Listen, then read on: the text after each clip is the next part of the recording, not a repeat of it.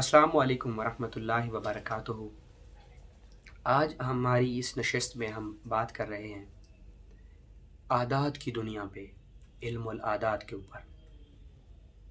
आदात क्या हैं, इनकी क्या रूहानियत है, अल्लाह रब्बुल इज़्ज़त ने इनके अंदर किस चीज़ को छुपा के रखा, इल्मुल आदात कहाँ से बना, इसका रूहानियत के अंदर, हमारे मज़हब के अंदर, हमारी रोज़मर्रा ज़िंदगी के अंदर आदात की क्या अहमियत है।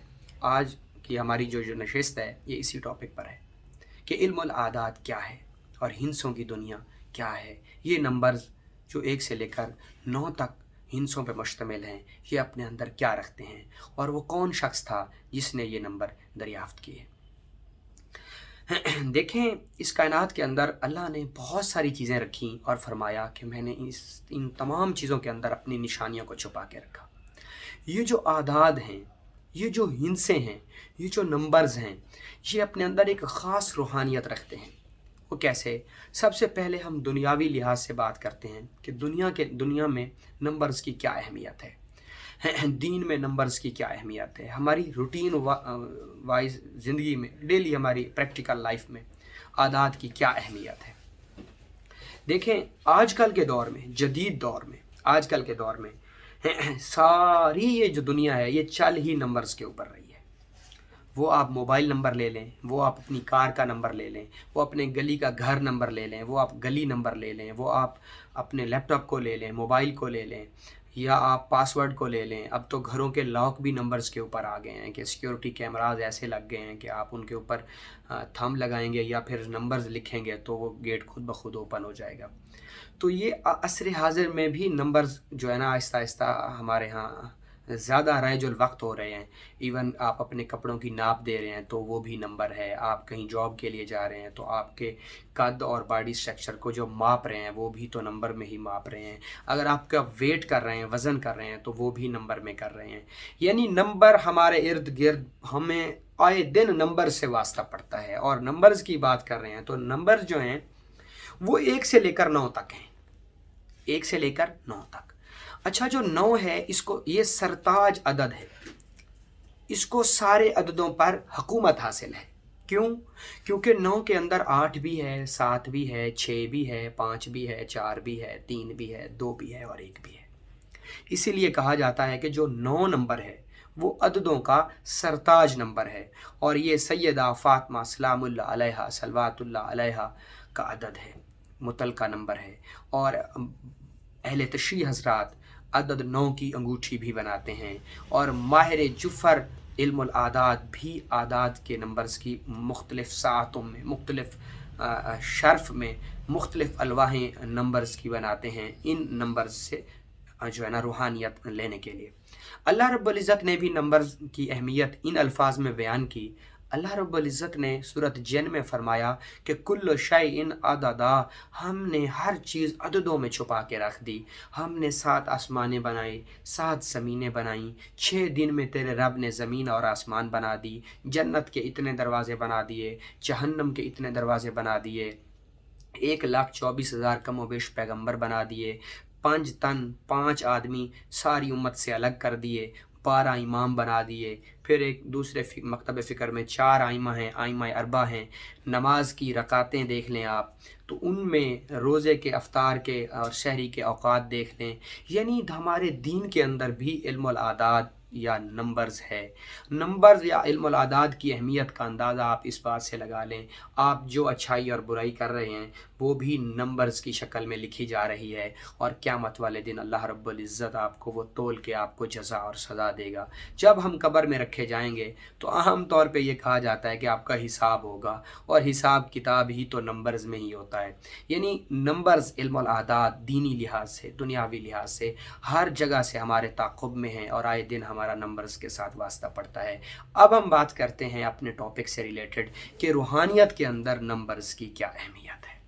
असल जो बात है, जो हमारी आज की असल नशिस्त है, देखें, हज़रत ईसा अलैहिस्सलाम के ज़माने से 2000 साल पहले महात्मा गौतम बुद्ध पैदा हुए और कहा जाता है, अल्लाह के नबी की हदीस है कि अल्लाह रब्बुल इज़्ज़त ने फरमाया, हमने हर कौम में एक हादी भेजा, हमने हर कौम में एक हादी भेजा, या हमने हर कौम में एक पैगंबर भेजा।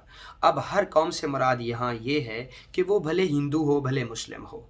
अब जो हिंदुओं के पैगंबरों में से एक पैगंबर हैं, माज़अल्लाह हम तो उनको पैगंबर नहीं मानते, बहरहाल पैगंबर से मुराद यहाँ ये लिया जा रहा है हादी, समझाने वाला, मैसेंजर। तो हिंदुओं के माज़अल्लाह पैगंबरों या ना कहें तो आप उनको हादी कह लें चलें। जो हिंदुओं के अंदर एक बंदा पैदा हुआ, महात्मा गौतम बुद्ध, जिसकी शख्सियत आज किसी इंसान से छुपी हुई ढकी हुई नहीं है। इस वक्त 2 करोड़ से ज़ायद लोग उसके फ़लसफ़े पर ईमान ले आए हैं और उसको जो है ना उसके मज़हब के पैरोकार हैं। इनकी तादाद सबसे ज़्यादा चीन में है और इंडिया में भी बहुत ज़्यादा है, अफ्रीका में भी है, जो महात्मा गौतम बुद्ध के पैरोकार हैं। महात्मा गौतम बुद्ध जो था उसने सबसे पहले इल्मुल आदात की बुनियाद रखी, हिंदसों की बुनियाद रखी, और उन्होंने बहुत ज़्यादा काम किया इल्मुल आदात के ऊपर कि इल्मुल आदात क्या है, हमारे जिस्म के नंबर्स क्या हैं, हमारे जिस्म के पॉइंट्स क्या हैं। तहम उस वक्त जहालत का दौरा था और इस चीज़ को वो आगे तरवीज ना दे सके, क्योंकि आज का ये जो दौर है और हज़रत ईसा अलैहिस्सलाम की पैदाइश से कमोबेश 2000 साल पहले, या बाज़ रिवायात में आता है कि 500 साल पहले महात्मा गौतम बुद्ध इस दुनिया में आए थे। तो इतने हज़ार साल पहले पीछे जब ज़िंदगी लौट जाती है तो तरक्की का कहीं, सोशल मीडिया का कहीं, signals, negative and positive rays का कहीं, तख़य्युल और तसव्वुर दूर दूर तक नहीं मिलता। पहिया और पेट्रोल की भी ईजाद तक नहीं हुई थी, कागज़ और कलम तक भी ईजाद नहीं हुआ था। तो ये मैं उस दौर की बात कर रहा हूँ जिस दौर में नंबर्स की इब्तदा हुई या नंबर्स को दरियाफ्त किया गया। तब वहाँ उस दौर में एक इंसान पैदा हुआ जिसे फ़ीसागोरस का नाम दिया गया। फ़ीसागोरस जब जिस इलाके में ईरान वाली साइड में कहीं एक ख़ास मकाम पे पैदा हुआ और वहाँ से उसने जब हिजरत की तो वो बरे सगीर पाक व हिंद में आया। और बरे सगीर पाक व हिंद के अंदर एक शहर था बिहार। याद रखिएगा, जैसे पूरी दुनिया के अंदर ओमान सबसे कदीम शहर है, ओमान सबसे कदीम मुल्क है, तो बिहार जो था वो बरे सगीर पाक व हिंद में बहुत तवज्जो का मरकज़ रहा था उन दिनों में, और लोग इल्म के हसूल के लिए बिहार का रुख किया करते थे। बिहार आज भी एक इलाका है, बिहार आज भी एक कौम है, बिहारी, अटल वाजपेयी बिहारी, तो ये कौम है। अच्छा, ये कौम नहीं है, ये दरअसल एक जगह का नाम था जहाँ उस बिहार के अंदर रहने वाले सारे बिहारी कहलाए। सिंपल सी बात थी।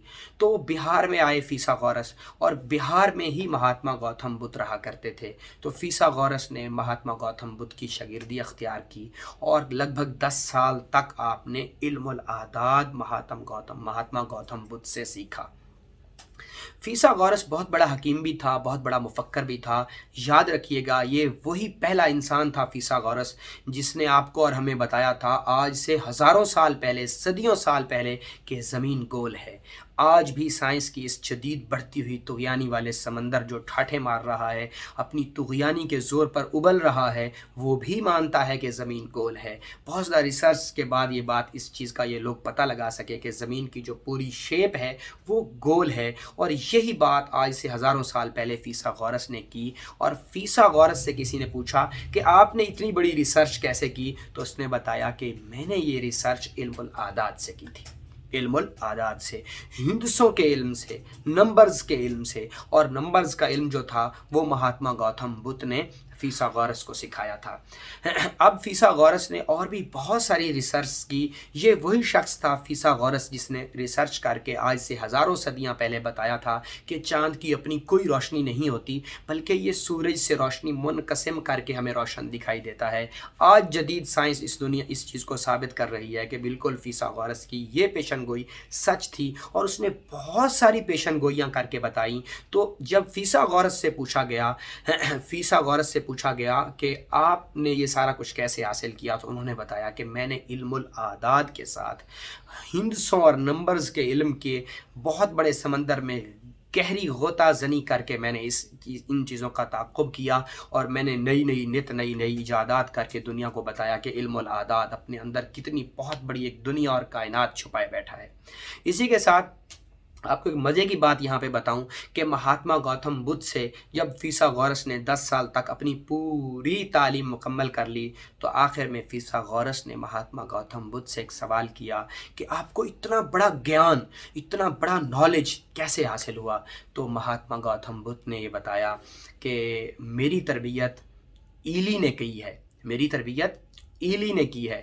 तो पूछा कि ईली कौन है? फरमाया वो महा महा हिंदी में कहते हैं कि बहुत बड़े, कि वो एक बहुत बड़े इंसान के जो है ना, बहुत बड़े शास्त्र में, बड़े घर में, बड़े ख़ानदान में वो शख्स पैदा होगा, और वो छोटी उम्र में ही जो बहुत बड़े पैगंबर एक आएंगे, उनके हाथ पे उनके हाथ पे वो बैत करेगा, और बहुत छोटी उम्र में वो जो है ना उनका साथ देगा। अब यहाँ पे ये जो प्रोनाउन यूज़ हुए हैं, उन और ये और वो, यहाँ इनसे मुराद क्या है? ये जो इसमें ज़मीर इस्तेमाल हुए हैं, जो बड़ा घराना है वो आले कुरैश का है, आले रसूल का है, और आले ख़ानदान मोहम्मद रसूल का है, अल्लाह के नबी के घराने का वो ख़ानदान है। और एली से मुराद ये है कि हज़रत अली करमल्लाहु वजहुल करीम का महात्मा गौतम बुद्ध ने नाम लिया कि मेरी तरबियत एली ने की है। और ये वो कब बात कर रहा है? जब हज़रत ईसा अलैहिस्सलाम के पैदा होने से भी 2000 साल पहले, और ईसा अलैहिस्सलाम के पैदा होने, उनकी नबूवत हुई, उनकी उम्मत आई, सब कुछ हुआ, फिर वो आसमान पर ज़िंदा उठा लिए गए, और उसके बाद जब वो दोबारा ज़मीन पर फिर लौटाए जाएंगे इमाम ज़माना इमाम मेहदी अलैहिस्सलाम के दौर में, तो उनके बाद फिर अल्लाह के नबी की नबूवत शुरू हुई, और फिर हज़रत अली आए। तो इतना पहले उस शख्स ने बताया कि महात्मा गौतम बुद्ध ने कि मेरी तरबियत एली ने करी है। और एली से मुराद क्या है? एली से मुराद उसने लिया कि वो एक ऐसा बच्चा है जो बड़े ख़ानदान में पैदा होगा, और उसी ख़ानदान में अल्लाह का एक पैगंबर पैदा होगा, और वो बच्चा उस पैगंबर की बचपन में ही तायीद करेगा। तो ये सारा इल्म देखें, आले मोहम्मद और फैज़ान मशहद को देखें कि आले मोहम्मद के ख़ानदान से कैसे अभी वो लोग इस दुनिया में, वो मुक़द्दस तरीन हस्तियाँ आई ही नहीं थी, और उनकी रूहों से लोग रूहों के आलम में इल्म लेकर इस ज़मीन पर पहुँचे। और ये कितना मुक़द्दस और बारीकी और बड़ी पेचीदियाँ और बड़ी ख़ास खुफिया राज रखने वाला इल्म था, जो कि आसमानों से ज़मीन पर उतारा गया। और फिसागोरस ने महात्मा गौतम बुद्ध से ये इल्म हासिल करके आप सबको आज तक हमें जो मालूमात दी, वो सारी इल्मुल आदात के ऊपर हैं। ये मैं आपको बेस बता रहा हूँ कि इल्मुल आदात दरअसल निकला कहाँ से, और ये माखज़ कहाँ से हुआ, और इसकी असल बुनियाद कहाँ से आई, और ये कैसे ज़मीन पर फैला। अब हम बात करते हैं कि फिसागोरस ने फिर आगे इस इल्म को आगे कैसे बढ़ाया और इस पर कितना काम किया। फिसागोरस वो पहला इंसान था जिसने इल्मुल आदात की बाकायदा बुनियाद रखी, और इसके कुछ कलमी मखतूते बनाए, और अपने शागिर्द को आगे इसकी तालीम की। फिसागोरस ने ऐसे किया, जब उसने महात्मा गौतम बुद्ध से पूरी तरबियत ले ली, जब उसने पूरा अपना ज्ञान प्राप्त कर लिया, पूरा अपना ज्ञान ले लिया, पूरा नॉलेज उसने मुकम्मल कर लिया, तो उसके बाद उसने महात्मा गौतम बुद्ध से इजाज़त ली और वह मिस्र चला गया। जहाँ पर वहाँ मिस्र पहुँचने के बाद उसकी वहाँ पे मुलाकात हकीम अक़लादीसी से हुई। हकीम अक़लादीसी जो कि बहुत बड़े मुफक्किर थे, फिर उनसे और इनका आपस में बहुत अरसा तक रिलेशन चला, और फिर उन्होंने हकीम अक़लादीसी से आपने बहुत ज़्यादा तक आपस में इन दोनों ने जो है ना इल्म की शेयरिंग की, और आपस में इल्म को जो है ना एक दूसरे से डिस्कस किया, जिससे जाके इल्मुल आदात को और तरक्की हासिल हुई, और इसके अंदर और बहुत ज़्यादा वुसअत आई, और इस पर इन लोगों ने काम किया। हकीम अक़लादीसी इल्मुल आदात की बदौलत ही उसने इंसान के जिस्म की पूरी थ्योरी खड़ी की, और पूरा स्केलेटन बनाया, पूरे इंसान के बॉडी स्ट्रक्चर को तश्कील दिया। और फिसागोरस ने पूरे इंसान के जिस्म की यहाँ तक तशरीह की कि इंसान के जिस्म के अंदर जो रूह है वो 15 मकामात के ऊपर गर्दिश करती है।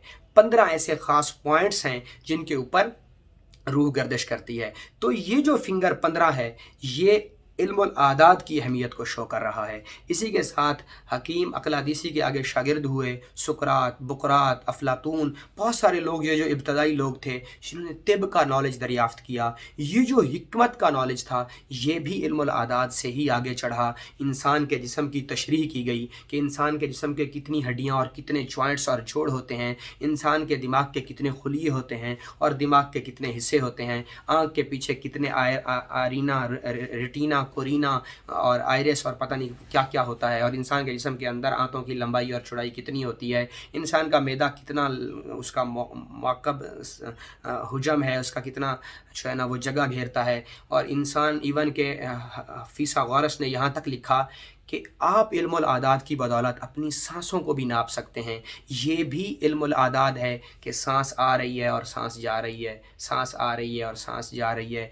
आपने कितनी सांसें अंदर खींची और कितनी सांसें बाहर निकाली, ये भी इल्मुल आदात है। और इवन फीसागोरस ने यहाँ तक लिखा कि कोई शख्स अगर इल्मुल आदात पर महारत हासिल कर ले तो वो अपनी मौत तक का भी तयन कर सकता है। मैं शायद हो सकता है आपको लगे कि मैं कोई अजीब बातें कर रहा हूँ, मज़ाहिका खेज़ बातें कर रहा हूँ, तो ऐसा कुछ नहीं है। आप तारीख़ के वर्क उठा कर देखें, आप लाइब्रेरियों में जाके बुकों की खाक छान के देखें, आपको ऐसे औलिया अल्लाह और सालिहीन मिलेंगे जिन्होंने न सिर्फ अपनी मौत का वक्त और तयन बताया बल्कि उन्होंने अब गुस्ल भी खुद किए, कफन भी खुद पहने। तो ये कैसे मुमकिन था? ये सिर्फ इल्मुल आदात की ही बदौलत उन्होंने ये सारा कुछ किया। और रूह क्या है? इंसान के जिस्म के अंदर एक और जहान छुपा हुआ है। ये सारी बेसिक मालूमात वो रूहानियत की हों, वो हिकमत की हों। हिकमत को भी हम डिस्कस करते हैं इल्मुल आदात के जो है ना आईने में, कि हिकमत ने कैसे तरक्की पाई इल्मुल आदात की बदौलत। बहरहाल सबसे पहले हम रूह को डिस्कस कर रहे हैं, क्योंकि रूह हमारे रूहानियत से रिलेटेड है। रूह कहाँ कहाँ रहती है हमारे जिस्म के अंदर, हमारे जिस्म के अंदर और कितने जहान छुपे हुए हैं। यानी ये जो खुफिया नॉलेज था, ये सारा फीसागोरस ने इस पर बहुत काम किया और ये सारा इल्मुल आदात की बदौलत ही मुमकिन हुआ। अब हम बात करते हैं कि हिकमत को इल्मुल आदात ने क्या, ये बहुत बड़ा वसी टॉपिक है। अगर यहाँ पे मैं इसको खोलने बैठ जाऊँ, इसकी गिरहें को खोलने बैठ जाऊँ, तो हम फिर ये टॉपिक बहुत तवील हो जाएगा और आज की हमारी ये नशिस्त फिर बोर होने लग जाएंगे आप। तो मैं कोशिश कर रहा हूँ कि आपको जो है ना मुख्तसर अल्फाज में जस्ट टच दे के हम अपने मौजू की तरफ बढ़ते चलें। इल्मुल आदात ने हिकमत के अंदर कैसे काम किया और हिकमत कैसे परवान चढ़ी। आपकी इतला के लिए अर्ज़ है कि आज के लोग जो हिकमत को गालियाँ दे रहे हैं, हिकमत को बुरा भला कह रहे हैं और कह रहे हैं कि हकीमों को किसी चीज़ का पता नहीं होता, सबसे पहले इंसान के जिस्म की जो डेफिनेशन की वो एक हकीम ने की। सबसे पहला जो ऑपरेट हुआ, जो सबसे पहले सर्जरी की, वो एक हकीम ने की। उन दिनों में ये नशे वगैरह देने वाली चीज़ें, ये एंथीजिया देने वाली चीज़ें भी दरियाफ्त नहीं हुई थी। हकीम सुकरात जो था ना, वो ऐसा हकीम था जिसने ये पूरा सर की खोपड़ी वो खोल के रख दिया करता था। तो वो कैसे खोला करता था? हकीम अफलातून भी ऐसे ही था, जो पूरे सर की जो है ना खोपड़ी को खोल के ऐसे रख देता था और फिर उसको बना के पूरा पैक कर देता था। तो ये सारा इल्मुल आदात की ही बदौलत था। वो कैसे कि इल्मुल आदात की बदौलत उन्होंने पूरे जिस्म का एक नक्शा बनाया और उसके ऊपर पॉइंट्स दिए। जब उन्होंने पॉइंट्स दिए और उन पॉइंट्स के ऊपर उन्होंने निशान लगा दिए, और निशान लगाने के बाद उनके पास ऐसी जड़ी बूटियों के महलूल होते थे कि वो मरीज़ को पिलाते थे और मरीज़ उसी वक्त जो है ना वो बेहोश हो जाता था, उस पर बेहोशी की सी कैफियत तारी हो जाती थी। और उसके बाद वो पूरे इंसान के जिस्म के बाल, सर के जितने भी ज़रूरी और गैर ज़रूरी बाल हैं वो सारे साफ़ कर दिए करते थे। साफ़ करने के बाद ये अब दुनिया का पहला ऑपरेट हो रहा है। पूरे जिस्म के सर के बाल साफ़ किए गए। बाल साफ़ करने के बाद पूरे जिस्म की दर्जा बंदी की गई और उन ख़ास पॉइंट्स को इल्मुल आदात की बदौलत वहाँ पे जहाँ पे रूह गर्दिश करती है, वहाँ पे जो है ना निशान लगा के कोयले से वहाँ उनको नॉमिनेट किया गया और फिर कुछ जड़ी बूटियों को लेके उनका लेप बना के पूरे इंसान के जिस्म के ऊपर वो लेप कर दिया गया और कुछ देर तक वो लेप रहा। उसके बाद क्या हुआ कि जहाँ जहाँ पर इंसान के जिस्म के अंदर इन्फेक्शन था वहाँ वहाँ से खुद ब खुद जल्द फटने लग गई और वो जल्द वहीं से फटी जहाँ जहाँ पर ऑलरेडी पहले उन्होंने निशान लगा रखे थे। तो ये नॉलेज कहाँ से आया उनके पास? इल्मुल आदात की वजह से। जब भी आप किसी चीज़ को, जब तक आप किसी चीज़ की पूरी थ्योरी को नहीं समझेंगे तो आप उसको कभी भी किसी, एक मोबाइल है मिसाल के तौर पे, मैं आपको एक मिसाल दे रहा हूँ, मेरे पास एक मोबाइल है, अगर मैं इसको खोलना चाहता हूँ और मैं ये चाहता हूँ कि मैं इसको खोल के इसकी जो असली कैफियत कंडीशन है उसको देखूँ, उसका बगौर जायज़ा लूँ, लेकिन ये ख़राब नहीं होना चाहिए बल्कि इसके अंदर जो ख़राबी है उसको तलाश करूँ और फिर उसको बनाने के बाद फिर वैसे उसको रीसेट भी कर दूँ। तो उसके लिए मेरे पास इसका पूरा नॉलेज होना चाहिए कि इसका कितना वज़न है, इसके कहाँ कहाँ पेच हैं, इसके कहाँ कहाँ रास्ते हैं जहाँ से मैं इसको खोल सकता हूँ और फिर पूरा इसको पैक कर सकता हूँ। तो ये तो उस वक्त बुनियादी नॉलेज ही किसी के पास नहीं था। तो ये सारा ज्ञान علم العاداد سے ہی حکما کو ملا کہ انہوں نے پورے جسم کی درجہ بندی کی اور کلاسیفیکیشن کر کے پوائنٹس کو ہائی لائٹ کیا۔ جب وہ پورا لیپ پورے جسم پر کر کے کچھ دن کے لیے چھوڑ دیا گیا تو وہیں سے جہاں جہاں پر اندرونی زخم تھے، اندر انفیکشن تھا، جلد پھٹی اور وہ ساری غلاظت اور گندگی باہر نکلی۔ اس کے بعد چکنی مٹی سے اس کو دھویا گیا اور دھونے کے بعد پھر دوبارہ ایک اور لیپ کر کے اس کو پیک کر دیا گیا۔ تو آپ یقین کریں بغیر کسی بینڈنگ کے، بغیر کسی سینے کے، وہ بالکل پورا پیک ہو گیا اور وہاں سے بالکل اس کی جلد ایسے جڑ گئی جیسے پہلے کی طرح تھی۔ تو یہ سارا نالج علم العادات میں، علم العادات سے کی بدولت ہی حکمت پروان چڑھی اور ایک پہلا آپریٹ کرنے میں حکما حضرات کامیاب ہوئے۔ یہ سارا نالج علم العادات کی وجہ سے ہی ممکن ہوا۔ دین کو اگر ہم دیکھتے ہیں تو دین میں بھی دیکھ لیں، آپ کے دین میں رکعتیں ہیں کہ 2 سنت 2 فرض، 4 سنت 4 فرض، 2 سنت 2 نفل، 4 سنت 4 فرض، 4 سنت 4 فرض، 2 سنت 2 نفل، 3 وتر اور 2 نفل۔ یہ جو 5 نمازیں اللہ نے ہمیں دی ہیں، ان میں بھی تو علم العادات ہی نظر آ رہا ہے۔ ہماری اچھائیاں اور برائیاں لکھی جا رہی ہیں تو یہ بھی تو علم العادات کی ہی بدولت ہے۔